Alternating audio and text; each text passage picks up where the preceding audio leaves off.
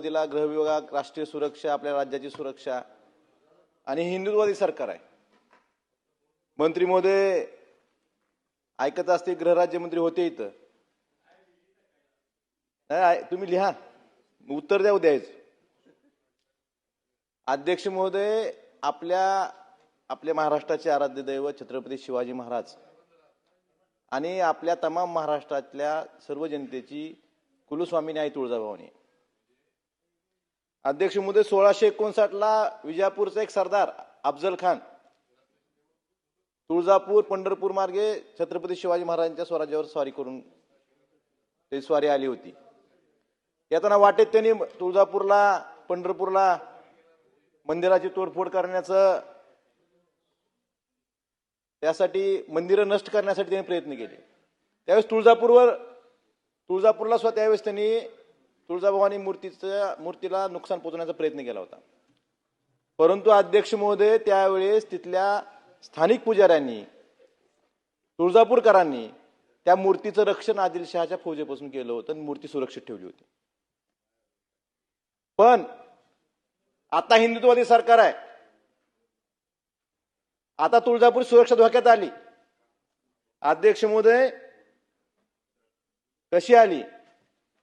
अध्यक्ष महोदय, केंद्र सरकारने 2024 मध्ये 7 मार्च 2024 ला, मंत्री महोदय ऐका, 7 मार्च 2024 ला एक राजपत्र काढलं आणि त्यात चायनीज कंपन्यांना सीसीटीव्हीच्या बंदी आणली। कशासाठी बंदी आणली? की याचे सर्व्हर चायनामध्ये आहेत, ह्याचा डेटा लीक होऊ शकतो, ते सर्व्हर चायनामध्ये असल्यामुळे भारत सरकारने त्याला बंदी आणली। पण आपल्या गृह विभागामार्फत एक काम झालं, सीसीटीव्ही तिथं आता सीसीटीव्ही बसवले 64-67 ठिकाणी। आणि कुठले सीसीटीव्ही बसवलेत? हे चीनी कंपनीचे। मंत्री महोदय, इनव्ह्यू नावाच्या कंपनीचे सीसीटीव्ही बसवलेत। ही कंपनी कुठली? चीनची। आणि केंद्र सरकारने 2024 मध्येच standardization testing and quality certification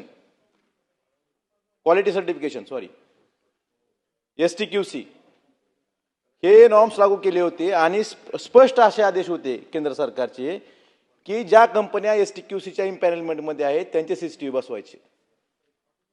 मग तुळजापूरमध्ये सीसीटीव्ही बसताना केंद्र सरकारच्या नियमाचं पालन का केलं गेलं नाही?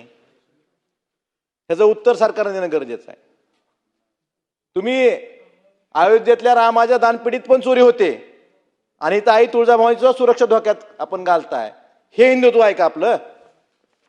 हिंदुत्ववादी मतदारांनी आपल्याला मतदान केलं, हिंदुत्ववादी सरकार म्हणून निवडून दिलं आणि आपण आपल्याच मंदिराची सुरक्षा धोक्यात घालतोय, हेच हिंदुत्व आहे का?